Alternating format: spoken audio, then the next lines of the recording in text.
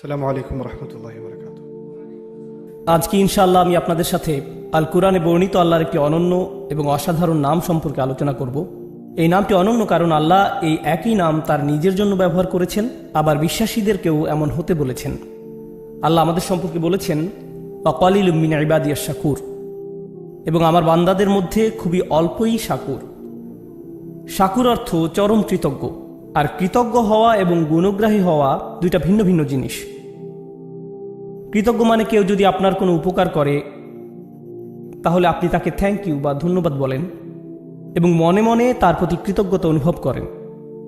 গুণগ্রাহী মানে আপনি সব কিছুতে ইতিবাচক দেখেন, সব পরিস্থিতিতেই আপনি ভালো কিছুর সন্ধান পেয়ে থাকেন। আমাদের রাসূলুল্লাহ সাল্লাল্লাহু আলাইহি সাল্লামের জীবনে অন্যতম দুর্বিষহ একটা ঘটনা ছিল ইফকের ঘটনা, যখন মদিনাতে তার পরিবারের বিরুদ্ধে অপমানজনক অপবাদ রটনা করা হয়। আর এই মিথ্যা অপবাদ রটনার কাজ 30 দিন পর্যন্ত চলতে থাকে। 30 দিন পর আল্লাহ নাজিল করেন লা তাহসাবুহু শাররাল লাকুম বাল হুয়া খায়রুল লাকুম, এটাকে তোমাদের জন্য ক্ষতিকর মনে করো না, বরং তা তোমাদের জন্য কল্যাণকর। তো এভাবে আল্লাহ আমাদের মনোভাব পরিবর্তন করেন এবং তিনি চান আমরা যেন শাকুর হই, যার অর্থ চরম গুণগ্রাহী হওয়া, আল্লাহর তারিফ করার জন্য উপায় খোঁজা। আর আমাদের জন্য ব্যাপারটা উপলব্ধি করা সহজ, কিন্তু আল্লাহ সব কিছুর মালিক, নিজেকে শাকুর বলছেন। আল্লাহ আযজা ওয়া জাল্লা বলছেন ইন তুকরিদুল্লাহ কারদান হাসানা ইউদাইফু লাকুম ওয়া ইয়াগফির লাকুম আল্লাহু শাকুরুন হালিম। আল্লাহ গুণগ্রাহী, পরম ধৈর্যশীল। সূরা তাগাবুনের এই আয়াতে আল্লাহ নিজেকে শাকুর বলছেন, আর সূরা ফাতিরে তিনি নিজেকে 2 বার শাকুর বলেছেন। আমরা আল্লাহ আযজা ওয়া জাল্লার জন্য শাকুরের অর্থ হিসেবে গুণগ্রাহী শব্দটি ব্যবহার করে থাকি। আল্লাহ তার নিজের সম্পর্কে বলছেন তিনি চরম গুণগ্রাহী। তাই আমি আপনাদের সবার জন্য বিষয়টি সহজ করে তুলে ধরার চেষ্টা করব, যেন আমরা এখান থেকে শিক্ষা গ্রহণ করতে পারি এবং বুঝতে পারি আল্লাহ কেন আমাদের জন্য এমন একটি শব্দ ব্যবহার করলেন। আমাদের কোনো কিছুই আল্লাহর প্রয়োজন নেই, কিন্তু আমরা আমাদের সব কিছুর জন্য আল্লাহর মুখাপেক্ষী। আল্লাহ হলেন গানি, তিনি সব ধরনের প্রয়োজন থেকে মুক্ত। তিনি হলেন হালিম, কেউ তার প্রশংসা না করলেও, তার প্রতি কৃতজ্ঞতা প্রকাশ না করলেও তিনি নিজে নিজেই প্রশংসিত। কোনো কিছুর অস্তিত্ব না থাকলেও আল্লাহর প্রশংসা এবং কৃতজ্ঞতা এমনিতেই বর্তমান আছে। ওয়া আতাকুম মিন কুল্লি মা সাআলতুমুহ, যে সকল বস্তু তোমরা চেয়েছো তার প্রত্যেকটি থেকেই তিনি তোমাদেরকে দিয়েছেন। তোমাদের যা কিছুর প্রয়োজন হতো তার সব কিছুই আল্লাহ তোমাদেরকে দিয়েছেন। আমরা প্রতিনিয়ত তার নিকট কৃতজ্ঞতার ঋণে আবদ্ধ। আমাদের সম্ভাব্য প্রতিটি প্রয়োজন তিনি পূর্ণ করেছেন এবং এত অসংখ্য নিয়ামত দান করেছেন যে আমরা কোনোদিনও তার ঋণ পরিশোধ করতে সক্ষম হব না। যেমন এই কক্ষে উপবিষ্ট সবার দিকে তাকিয়ে দেখুন, আমাদের প্রায় সবাইকে দৃষ্টিশক্তি প্রদান করা হয়েছে। আমাদের সবারই উঠে দাঁড়ানোর এবং চলাফেরা করার ক্ষমতা রয়েছে। এই পৃথিবীতে এমন বহু মানুষ রয়েছে যারা দাঁড়াতে পারে না, হাঁটতে পারে না। আমরা যে ঘুমাতে পারি এটাকে আমরা কোনো নিয়ামতই মনে করি না। আমাদের হাতের আঙুলগুলোকে আমরা কিছুই মনে করি না, মনে হয় যেন আমরা এগুলোর মালিক। এমন অনেক মানুষ রয়েছে যাদের হাত নেই বা প্যারালাইসিসের কারণে হাত নাড়াতে পারে না, হাসপাতালের বিছানায় শুয়ে শুয়ে চোখ ছাড়া আর কিছুই নাড়াতে পারে না, বা বাসায় পড়ে রয়েছে। ব্যাপারটা হলো এই পৃথিবীতে আমাদের যা কিছু আছে তার সবই মূল্যবান, আর আমরা এর মূল্য নির্ধারণ করি টাকার অঙ্কে। এখন যদি কেউ বলে আপনার পা কিনতে চাই, মূল্য কত? আপনার উভয় চোখ কত টাকা মূল্যে বিক্রি করবেন? আপনার ফুসফুস কিনতে চাই, আপনার পা কিনতে চাই, শুধু একটা কিনতে চাই, আমার উভয়টার দরকার নেই। আল্লাহর দেয়া এই মহামূল্যবান উপহারগুলো আমরা প্রতিদিন ব্যবহার করে চলেছি। প্রতিনিয়ত কোনো কিছুর ব্যবহার করতে থাকলে আমাদের কাছে তার মূল্য কমে যায়। এটা আর এমন কি, জাস্ট একটা পায়ের পাতা। আবার অভিযোগ করি এটা খালি চুলকায়। তো আমরা এই মহামূল্যবান উপহারগুলো, যেমন আমাদের শরীর, আমাদের শরীরে বিভিন্ন অঙ্গ প্রত্যঙ্গ, আমাদের পরিবার, বাতাস, ভূমি যার উপর আমরা দাঁড়িয়ে আছি। আচ্ছা, কোনো কারণে ভূমিকম্প হচ্ছে না? পৃথিবী সম্পর্কে একটা গুরুত্বপূর্ণ ব্যাপার আপনাদের বলছি। আল্লাহ পৃথিবীকে তৈরি করেছেন তার অনুগত করে, আর যারা আল্লাহর নিকট আত্মসমর্পিত তারা কখনো আল্লাহর অবাধ্যতা সহ্য করতে পারে না। মনোযোগ দিয়ে শুনুন, যা কিছুই আল্লাহর বশ্যতা স্বীকার করে নিয়েছে তার নিকট আল্লাহর অবাধ্যতা অসহনীয়।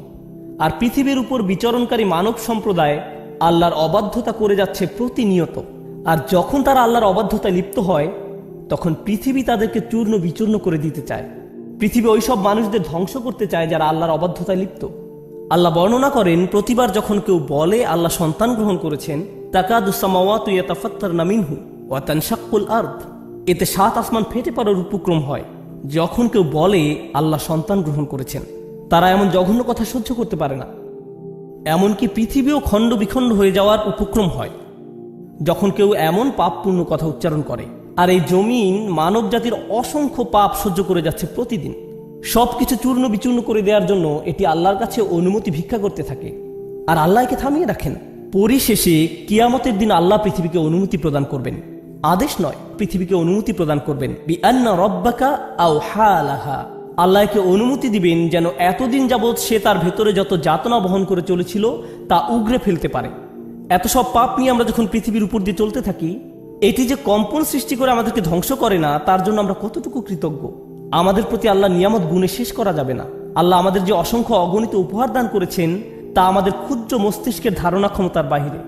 এই জন্য পৃথিবীর সবচেয়ে কৃতজ্ঞ মানুষের কথা মনে করুন। এক্ষেত্রে আমার মনে পড়ে ইব্রাহিম আলাইসাল্লামের কথা। ইব্রাহিম আলাইসাল্লামের গোটা জিন্দিগি ছিল আল্লাহর প্রতি কৃতজ্ঞতার জিন্দিগি। জানেন আল্লাহ কিভাবে তার সমগ্র জীবনকে বর্ণনা করেছেন? তিনি বলেন, শাকির আল্লি আনউমিহি, তিনি শুধু অল্প কিছু অনুগ্রহের জন্য আল্লাহর কৃতজ্ঞতা দেখাতে পেরেছিলেন। আনউম ব্যবহার করা হয় অল্প কিছু অনুগ্রহের জন্য, আর নিয়াম শব্দটি ব্যবহার করা হয় অনেক বেশি নিয়ামতের জন্য। অর্থাৎ আল্লাহর অসাধারণ বান্দা ইব্রাহিম আলাইসাল্লামের মতো ব্যক্তিও যদি তার সমগ্র জীবন আল্লাহর প্রতি কৃতজ্ঞতা প্রকাশে ব্যয় করেন, তিনি শুধু সামান্য কয়টি নিয়ামতের শুকরিয়া আদায় করতে পারবেন আল্লাহ তাঁকে যত কিছু দিয়েছেন তার তুলনায়। এরপর তিনি বলেন, ওয়া ইন তাউদ্দু নি'মাতাল্লাহি লা তুহসুহা, যদি তোমরা আল্লাহর শুধু একটি অনুগ্রহ পুরোপুরি উপলব্ধির চেষ্টা করো, তোমরা সম্পূর্ণরূপে এটি গণনা করতে সমর্থ হবে না।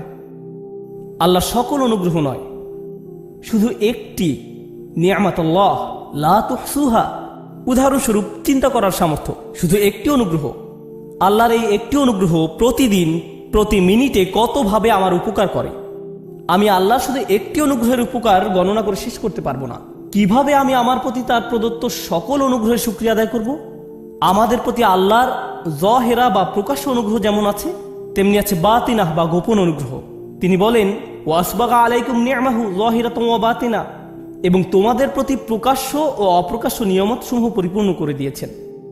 কতজন মানুষ উপলব্ধি করে যখন তারা রাস্তায় গাড়ি নিয়ে বের হয়, ইউরসিলা আলাইকুম হাফাজা, তখন আল্লাহ গাড়ির সামনে এবং পেছনে প্রতিরক্ষক ফেরেশতা পাঠিয়ে এর নিরাপত্তার ব্যবস্থা করেন যেন আপনি নিরাপদে বাসায় পৌঁছতে পারেন।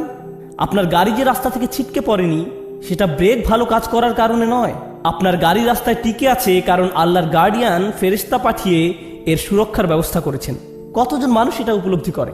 তাই আমাদের প্রতি আল্লাহর অনুগ্রহ এত অসংখ্য অগণিত পরিমাণ যে আমরা যদি প্রতি নিঃশ্বাসে শুকরিয়া আদায় করি, তবু সামান্য কিছু নিয়ামতের জন্য কৃতজ্ঞতা আদায় করতেও সমর্থ হব না। এজন্যই আল্লাহ মানবজাতি সম্পর্কে বলেছেন, মা কাদারুল্লাহ হাক্কা কদরিহি, তারা আল্লাহকে যথাযথ মর্যাদা দিতে পারেনি। তারা পারেনি যেভাবে আল্লাহর গুণ গাওয়া উচিত ছিল, মানুষ সেভাবে তার গুণগান করতে পারেনি। এটা এক ব্যাপার। এখন এখানে একটু থেমে চলুন, মানবজাতি সম্পর্কে একটু কথা বলি। যখন আপনার ছোট ভাইকে সাহায্য করার জন্য প্রাণপণ চেষ্টা করেন, সে একদিন ফোন করে বলল, ভাই আমার একটু সাহায্য দরকার, আপনি কি অফিস থেকে একটু আসতে পারবেন? আমি তো একটা মিটিংয়ে আছি, কিন্তু আমার আপনার সাহায্যের খুবই দরকার, এখন কি আসতে পারবেন? তারপর আপনি মিটিং ক্যান্সেল করে ট্রাফিক জ্যাম অতিক্রম করে ছুটে গেলেন এবং তার কাজে তাকে সাহায্য করলেন। আর এটা বড় কোনো ব্যাপার ছিল না, তাই ছোট একটা কাজের জন্য গুরুত্বপূর্ণ মিটিং বাদ দিয়ে আসায় আপনি কিছুটা বিরক্ত।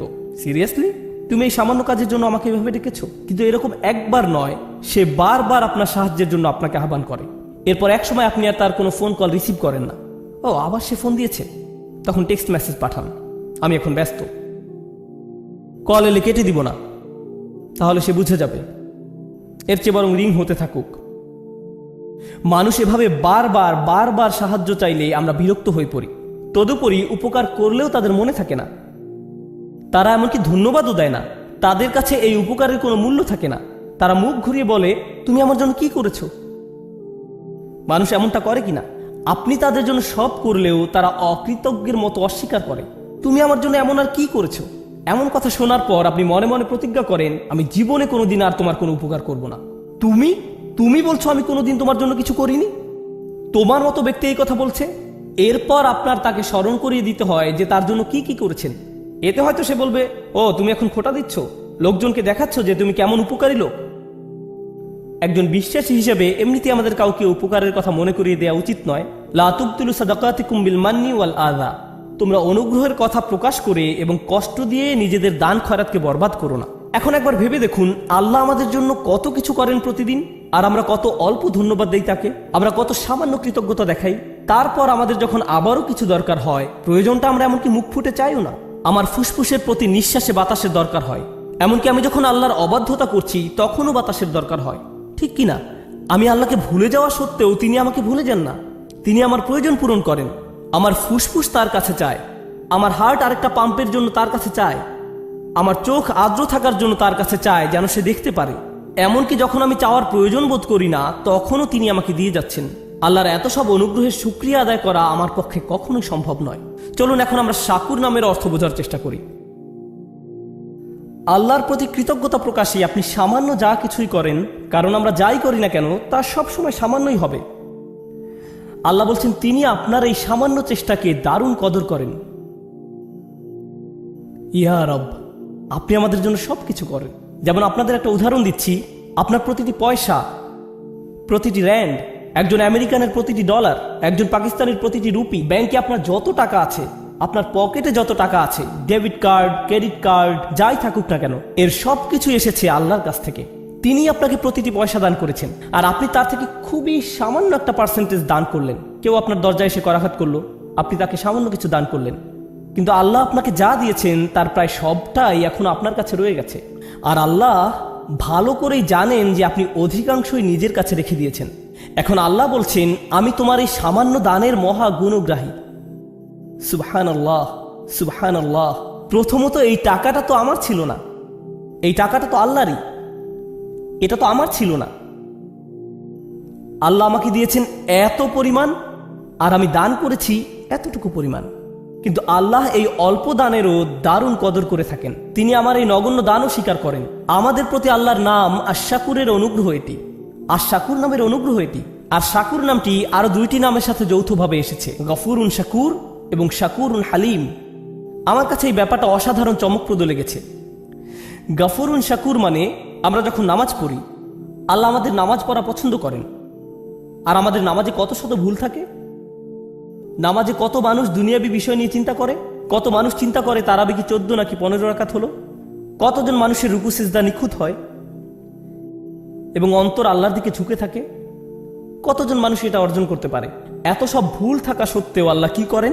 মনে করুন নামাজ যদি একটি বিল্ডিং নির্মাণ করার মতো হয়, আপনি আল্লাহকে দিয়েছেন কয়েকটি ভাঙা ইট মাত্র। আল্লাহ কি করেন? আল্লাহ আপনার এই সামান্য ভাঙা ইটের টুকরাগুলো নিয়ে আপনার জন্য বিশাল এক দালান তৈরি করে দেন। তারপর তিনি কি করেন? গাফুর নামের দয়া এটাকে পূর্ণ এক দালানে পরিণত করার পর তিনি কি করেন?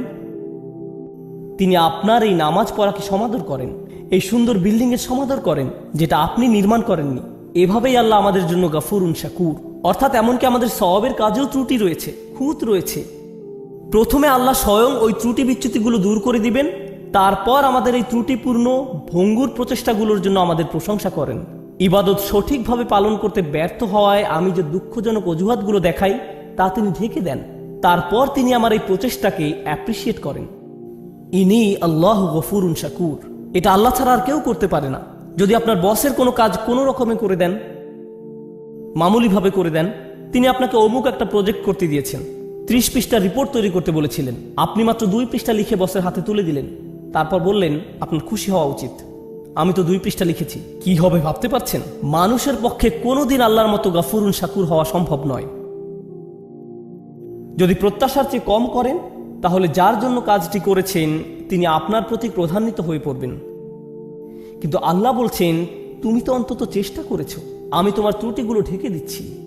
আন ইয়াজিদাহুম মিন ফাদলি, তিনি যে শুধু আপনার ত্রুটিগুলো ঢেকে দেন তাই নয়, তিনি ভালো কাজের এত সমাদর করেন যে তদুপরি তিনি আপনাকে পুরস্কৃত করেন। ইয়াজিদাহুম মিন ফাদলি। সবশেষে মানুষ যখন জান্নাতে গিয়ে উপনীত হবে, তারা আল্লাহকে স্মরণ করবে। কিন্তু কিভাবে তারা আল্লাহকে স্মরণ করবে? মনোযোগ দিয়ে শুনুন। তারা আল্লাহর প্রতি কৃতজ্ঞতা প্রকাশ করবে তাদের দুঃখগুলো দূর করে দেওয়ার জন্য। তারা বলবে আল্লাহ তার নাম পূর্ণ করেছেন। কোন নাম? আল্লাহ আমাদের সবগুলো ত্রুটি ঢেকে দিয়েছেন, আর তিনি আমাদের প্রচেষ্টাগুলো সমাদর করেছেন, এবং আমরা যা করেছি তার চেয়েও অনেক বেশি দিয়েছেন। তিনি বলেছিলেন এমনটি তিনি করবেন। আর শুধু এ কারণেই আজকে আমরা জান্নাতে, কারণ আমাদের কাজগুলো যথেষ্ট নয়, আমাদের প্রচেষ্টাগুলো যথেষ্ট নয়। তো মানুষ জান্নাতে প্রবেশ করার পর ব্যাপারটা আরো ভালোভাবে বুঝতে পারবে। শাকুরের সাথে সম্বন্ধযুক্ত আল্লাহর আরেকটি নাম হলো হালিম। এটাও আল্লাহর খুবই শক্তিশালী একটি নাম। হালিম এর অনেকগুলো অর্থ রয়েছে, একটি অর্থ তুলে ধরব। হালিম বলতে বোঝায় এমন কাউকে, আপনি যখন ভুল করেন, কয়েক মিনিট আগে আমি বলেছিলাম আমাদের ভালো কাজ জান্নাতে যাওয়ার জন্য যথেষ্ট নয়, আমরা এখন সেটা সম্পর্কে কথা বলছি না। আমরা এখন কথা বলছি আমার আর আপনার ভুল কিছু করা সম্পর্কে, কোনো পাপ করা সম্পর্কে, খারাপ কিছু করা সম্পর্কে। দুনিয়ার এই জীবনে আপনি যখন খারাপ কিছু করেন, কোনো পাপ কাজ করেন, যখন মিথ্যা বলেন, প্রতারণা করেন, যখন কাউকে কষ্ট দেন, অপমান করেন, এই জীবনে যখন এমন ধরনের কিছু করেন, তখন এত সব কিছুর পর তাদের জন্য আপনাকে ভালোবাসা কঠিন হয়ে পড়ে, খুবই কঠিন। মা আপনাকে জড়িয়ে ধরতে চায়, কিন্তু আপনি যদি আপনার মাকে ধমক দিয়ে কথা বলেন, চিৎকার চেঁচামেচি করেন, কোনো কোনো মানুষ এমনকি মারধরও করে, আল্লাহ তাদেরকে ক্ষমা করুন এবং তাদেরকে তওবা করার সুযোগ দান করুন। যদি কোনো সন্তান এমন কিছু করে, তাহলে মায়ের জন্য কি কঠিন হয়ে পড়ে? জড়িয়ে ধরা এবং বলা যে আমি তারপরেও তোমাকে ভালোবাসি। সন্তানের এই অন্যায়ের কারণে মুখে হাসি ফোটানো কঠিন হয়ে পড়ে। তিনি সহ্য করবেন, অন্তরে ব্যথা পাবেন এবং সন্তানের জন্য ভালোবাসা তখন আর তার থাকবে না। হিলম শব্দের অর্থ হলো সেই ব্যক্তির জন্য আপনার ভালোবাসা এবং যত্ন আছে যে আপনার প্রতি অন্যায় আচরণ করেছে, তারপরেও আপনার হিলম রয়েছে, তারপরেও আপনার ভালোবাসা রয়েছে, যত্ন রয়েছে। এখন এটা নিয়ে চিন্তা করুন, আমরা সামান্য কিছু ভালো কাজ করি, যদিও তা পারফেক্ট হয় না, আগে এ সম্পর্কে বলেছি, কিন্তু আমরা অগণিত খারাপ কাজ করে যাই, ভুলে যাই, বলা উচিত হয়নি এমন কথা বলে ফেলি, তাকানো উচিত নয় এমন কিছুর দিকে তাকিয়ে ফেলি, এমন কাজ করি যা করা উচিত নয়, মানুষের বিরুদ্ধে অন্যায় করি, আল্লাহর বিরুদ্ধে অন্যায় করি। এমন কাজ করলে মানুষ কি করে? কেউ যদি জানে অমুক তার প্রতি অন্যায় করেছে, আপনি যদি জানেন অমুক ব্যক্তি আপনাকে অপমান করেছে, তখন সে যা কিছুই করুক না কেন তাতে কিছু আসে যায় না। আপনি তখন শুধু তার ব্যাপারে একটা জিনিসই মনে রাখেন, সেটা কি? ওই লোকটা আমাকে অপমান করেছে, আমি তার সাথে কথা বলতে চাই না। সে লোক হয়তো হজ করেছে, সে হয়তো দান খয়রাত করে, এতিমের দেখাশোনা করে, কোরআন মুখস্থ করে, সে হয়তো প্রতি রাতে তাহাজ্জুদ পড়ে, কিন্তু আপনি তার কোনো কিছুরই পরোয়া করেন না। সে আমাকে অপমান করেছে, আমি তাকে পছন্দ করি না, আমি তার সাথে কথাও বলতে চাই না, আমি জানি সে কেমন লোক। কেউ যদি আমাদের বিরুদ্ধে কোনো অন্যায় করে, আমরা মনে করি ওই লোক আর মানুষ না, সে তখন ওই একটা অপরাধে পরিণত হয়। সে ব্যক্তি মানে ওই অপরাধ, তাকে দেখলেই অপরাধটা চোখের সামনে ভেসে ওঠে। সে যা কিছু ভালো কাজ করেছে সব অদৃশ্য হয়ে যায়, এসবের আর কোনো অস্তিত্ব নেই। আল্লাহ আজ্জা জাল্লা নিজেকে শাকুরুন হালিম হিসেবে উপস্থাপন করার মাধ্যমে বলছেন, তিনি আমাদের ক্ষুদ্রতম ভালো কাজেরও সমাদর করেন। তিনি আমাদের ভয়ানক অন্যায় কাজের কারণে আমাদের ভালো কাজগুলো মুছে দেন না, তিনি ডিলিট করে দেন না। তিনি ভালো কাজগুলো স্বীকার করেন, মুছে দেন না, কিন্তু মানুষ এই কাজ করে। এজন্য তিনি শাকুর এবং হালিম। পাপ করা সত্ত্বেও তিনি আমাদেরকে ভালোবাসেন, তবু তিনি তাদেরকে ভালোবাসেন এবং তাদের ভালো কাজের সমাদর করেন, তাদের ভুল কাজগুলো সত্ত্বেও। ভাবতে পারেন, আয়েশা রাদিয়াল্লাহু তাআলা আনহা হলেন আমাদের মা। রাসূলুল্লাহ সাল্লাল্লাহু আলাইহি সাল্লামের সময়কালে কিছু মুসলিম রাদিয়াল্লাহু আনহুম তার সম্পর্কে এমন কিছু কথা বলে ফেলেন যা বলা উচিত ছিল না। তারা এই অন্যায় কাজে জড়িয়ে পড়ে। যখন তারা এইসব বলা বলি করছিল, আবু বকর রাদিয়াল্লাহু তাআলা আনহু খুবই মনক্ষুণ্ণ হয়ে পড়েন। তিনি ছিলেন আয়েশার বাবা, তিনি আবার রাসূলুল্লাহ সাল্লাল্লাহু আলাইহি সাল্লামের খুব কাছের মানুষ ছিলেন। কেউ যদি আপনার মেয়ের বিরুদ্ধে কিছু বলে, তখন আপনার কেমন লাগবে? কিভাবে এমন কথা সহ্য করবেন? আর আল্লাহ আজ্জা জাল্লা এমন মানুষদের বর্ণনা দিচ্ছেন যারা হযরত আয়েশা রাদিয়াল্লাহু তাআলা আনহা সম্পর্কে বাজে কথা বলেছিল। তোমার উচিত তাদেরকে ক্ষমা করে দেয়া। তাদের একজন মক্কা থেকে এসেছিলেন, এই ঘটনা মদিনায় ঘটে, কিন্তু তিনি কোথা থেকে এসেছিলেন? মক্কা। তিনি আবার বদর যুদ্ধেও অংশগ্রহণ করেছিলেন। আল্লাহ হলেন হালিম। তিনি তাদের ভুলগুলোর আলোকে তাদের সম্পর্কে কথা বলার পরিবর্তে তাদের ভালো কাজগুলোর আলোকে তাদের সম্পর্কে কথা বলেন। আল্লাহ তাদের ভুল কাজের কারণে তাদের ভালো কাজগুলো নির্মূল করে দেননি। তিনি আবু বকর রাদিয়াল্লাহু তাআলা আনহুকে উৎসাহিত করেন এই বলে, আলা তুহিব্বুনা ইয়াগফিরাল্লাহু লাকুম, তোমরা কি কামনা করো না যে আল্লাহ তোমাদেরকে ক্ষমা করেন? তিনি তাকে ক্ষমা করে দেওয়ার জন্য উৎসাহ প্রদান করেন। সুবহানাল্লাহ। এটা হলো মানুষের জন্য আল্লাহর হিলম, মানুষের জন্য আল্লাহর হিলম। আমাদের হিলমের অভাব রয়েছে, কিন্তু আল্লাহর কাছ থেকে আমাদের নিজেদের জন্য আমাদের এটা দরকার। ভাবতে পারেন, আমরা অন্যদের সাথে যেমন আচরণ করি, আল্লাহ যদি আমাদের সাথে তেমন আচরণ করতেন। কেউ খারাপ কিছু করলে আমরা তার অন্য কোনো ভালো কাজের মূল্য প্রদান করি না। শেষ যে ব্যাপারটি নিয়ে আমি কথা বলতে চাই তা হলো, আল্লাহ কোনো কাজের মূল্য দেওয়ার ক্ষেত্রে কতটা সূক্ষ্মতম। ওয়ালা ইয়াতাউনা মাউতিআন, আল্লাহ বলেন, একজন বিশ্বাসী যখন ভালো কাজ করে, তার প্রতিটি পদক্ষেপের বিনিময়ে তার জন্য সওয়াব লেখা হয়। আমরা এখানে নামাজ পড়তে এসেছি, আমরা আল্লাহর কাছে দোয়া করি তিনি যেন আমাদের নামাজের জন্য আমাদের পুরস্কৃত করেন, কিন্তু আমরা জানি না যে নামাজে আসার জন্য আমরা যখন গাড়ির ইঞ্জিন স্টার্ট নিচ্ছিলাম আল্লাহ আমাদের জন্য সওয়াব লিখছিলেন। আমরা যখন গাড়ি চালাচ্ছিলাম তখনও তিনি সওয়াব লিখছিলেন। চাকার প্রতিটি ঘূর্ণায়নের বিনিময়ে আল্লাহ সওয়াব লিখছিলেন। ডিজেল এবং গ্যাসোলিন কেনার জন্য আমরা যত টাকা খরচ করেছি তার জন্য আল্লাহ সওয়াব লিখছিলেন। মসজিদে আসার সময় যখন উজু করার জন্য যাচ্ছিলাম প্রতিটি পদক্ষেপের জন্য আল্লাহ সওয়াব লিখছিলেন। কিয়ামতের দিন মানুষ শুধু মন্দ কাজ দেখে তাজ্জব হবে না, মানুষ অবাক হয়ে যাবে, ইয়া আল্লাহ, এই সামান্য ভালো কাজটাও আপনি আমার জন্য লিপিবদ্ধ করেছেন। এই হলেন আল্লাহ শাকুরুল হালিম। আল্লাহ আমাকে আপনাকে কি কি দেওয়ার জন্য প্রস্তুত আছেন, সুবহানাল্লাহ। শুধু এই ভাবনাই আমাদের অবাক করে দেয়। আল্লাহ আজ্জা ওয়া জাল্লা আমাদেরকে তার প্রতি কৃতজ্ঞ করে তুলুন, যেন আমরা তার প্রতি শুকরিয়া আদায় করতে পারি। আল্লাহ আমাদের কাছে সামান্য যা কিছু চেয়েছেন তা যেন দিতে পারি। তিনি আমাদের কাছ থেকে বেশি কিছু চান না, তিনি আমাদের নিকটে বেশি আশা করেন না। আমরা সামান্য একটু যদি তাকে প্রদান করি আল্লাহ তা বহু গুণে বহু গুণে বহু গুণে বৃদ্ধি করে দেন। দোয়া করে আল্লাহ যেন আমাদের সকল ভালো কাজের সওয়াব বহু গুণে বৃদ্ধি করে দেন এবং তার অনুগ্রহে আমাদেরকে তার জান্নাতে প্রবেশ করতে দেন। বারাকাল্লাহু লি ওয়া লাকুম। আসসালামু আলাইকুম ওয়া রাহমাতুল্লাহি ওয়া বারাকাতুহু।